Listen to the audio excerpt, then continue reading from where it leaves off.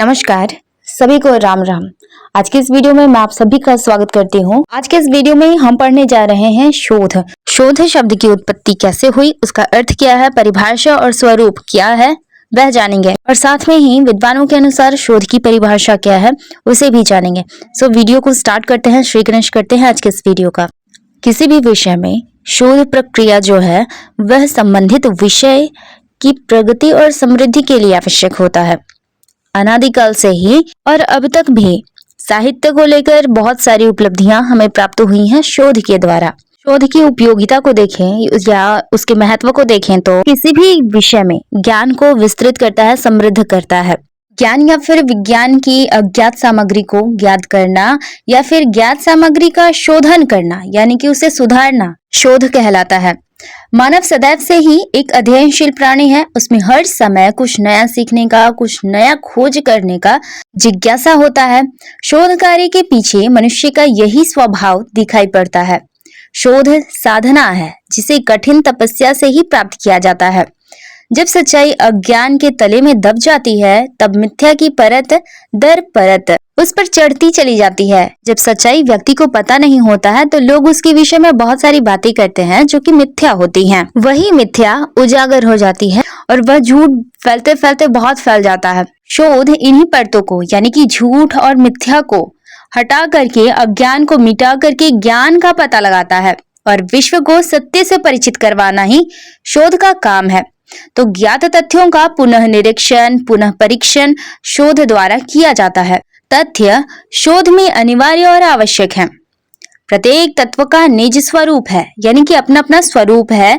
जैसे प्रत्येक अध्यापक जो है उसकी अध्यापक प्रणाली भिन्न होती है, एक जैसा कोई नहीं पढ़ाता, सबकी अलग अलग पढ़ाने की प्रक्रिया होती है। उसी तरह तथ्य की भी अपनी अलग प्रणाली होती है, अपनी अलग प्रकृति होती है, वह विषय के अनुसार होती है। शोध को अंग्रेजी में रिसर्च भी कहते हैं।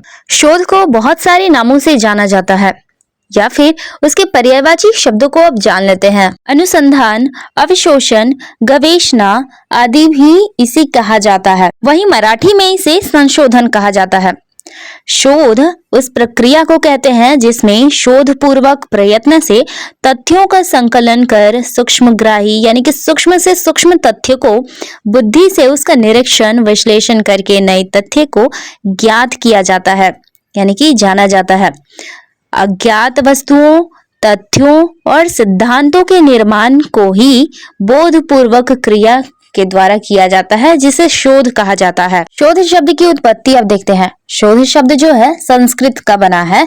संस्कृत शब्द शुद्ध धातु में ध प्रत्यय जोड़ने के बाद बना है जिसका अभिप्राय होता है शुद्ध करना। विषय को लेकर बहुत सारे मिलावट आ जाए, बहुत सारी भ्रांतियां आ जाए, उसके विषय में बहुत सारी बातें आ जाए तो वहां पर शोध की जरूरत पड़ती है। शोध क्या करता है तो बहुत सारे पुस्तकों का, बहुत सारे तथ्यों पर विचार करके जो मूल बातें हैं उसे खोज निकालने का कार्य करता है। तो पवित्र करने का या फिर निर्मल करने का कार्य भी आप कह सकते हैं शोध का है। शोध को इतना जानने के बाद अब उसके अर्थ को जानते हैं।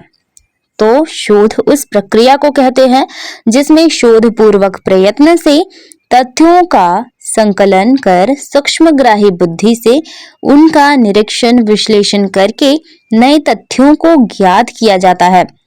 वस्तुतः अज्ञात वस्तुओं, तथ्यों व सिद्धांतों के निर्माण की बोधपूर्वक क्रिया ही शोध है। अन्य विद्वानों के अनुसार देख लेते हैं शोध की परिभाषा। तो सबसे पहले भारतीय विद्वान विमल मोहन वर्मा के अनुसार देखते हैं। वे कहते हैं शोध नए तथ्यों की खोज ही नहीं, उसकी तर्क संगत व्याख्या है। कि शोध जो है खोज नहीं करता है बल्कि उसे तर्क के साथ प्रस्तुत भी करता है। डॉक्टर नगेंद्र के अनुसार देखते हैं अनेकता में एकता की सिद्धि ही सत्य है। इसी का अर्थ है आत्मा का साक्षात्कार। अतः शोध का यह रूप सत्य की उपलब्धि अथवा आत्मा के साक्षात्कार के अधिक से अधिक निकट है। कि परिभाषा को समझने का प्रयास करते हैं।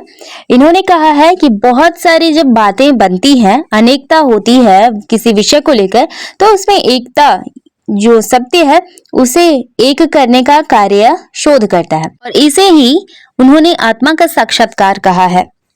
अतः शोध का यह रूप सत्य की उपलब्धि है अथवा आत्मा के साक्षात्कार के अधिक से अधिक निकट है। पाश्चात्य विद्वानों के अनुसार देख लेते हैं शोध की परिभाषा। रेडमैन और मोरी के अनुसार वे कहते हैं नवीन ज्ञान की प्राप्ति के व्यवस्थित प्रयत्न को हम शोध कहते हैं। यानी कि नवीन ज्ञान की प्राप्ति के लिए जो व्यवस्थित प्रयत्न हम करते हैं उसे ही शोध कहते हैं। तो इनके अनुसार शोध का मतलब यही है कि नवीन ज्ञान की प्राप्ति की व्यवस्थित प्रयत्न जो हम करते हैं व्यवस्थित रूप से, उसे ही शोध इन्होंने कहा है। तो आगे देखते हैं डॉक्टर हजारी प्रसाद द्विवेदी, यहाँ बहुत बड़े विद्वान हैं और बहुत हिंदी साहित्य में तो इनका बहुत नाम है। तो इनके विषय में थोड़ा सा इनका जो कथन है वह भी देख लेते हैं। इन्होंने शोध का व्यापक विवेचन और विश्लेषण किया है और इनके अनुसार रिसर्च में री जो उपसर्ग है उतना पुनर्थक नहीं है जितना पौनः, पुनीग, अभिनिवेश और गंभीर प्रयत्न का द्योतक है। स्थूल अर्थों में वह नवीन और विस्तृत तथ्यों का अनुसंधान है जिसको अंग्रेजी में डिस्कवरी ऑफ फैक्ट्स कहते हैं, और सूक्ष्म अर्थ में वह ज्ञात साहित्य के पुनर्मूल्यांकन और नई व्याख्याओं का सूचक है। री मतलब होता है पुनः और सर्च मतलब होता है खोजना। अनुसंधान की तुलना में अगर बात करें द्विवेदी जी के अनुसार री मतलब गंभीर प्रयत्न करना हो सकता है, मोटे तौर पर नवीन और विस्तृत तथ्यों का अनुसंधान करना, जिसको अंग्रेजी में डिस्कवरी ऑफ फैक्ट्स कहते हैं। और सूक्ष्म तौर पर अगर बात करें रिसर्च का मतलब देखें तो ज्ञात साहित्य का, यानी कि जो साहित्य हमें ज्ञात है उसका पुनर्मूल्यांकन करना और नई व्याख्या करना रिसर्च का मतलब है। अनुसंधान या फिर रिसर्च किसी भी क्षेत्र में ज्ञान की खोज करना कहलाता है। वैज्ञानिक अनुसंधान में वैज्ञानिक विधि का सहारा लेते हुए जिज्ञासा का समाधान किया जाता है। नवीन वस्तुओं की खोज की जाती है, पुरानी वस्तुओं एवं सिद्धांतों को फिर से निरीक्षण किया जाता है जिससे कि नए तथ्य हमें प्राप्त हो सके, उसे शोध कहते हैं।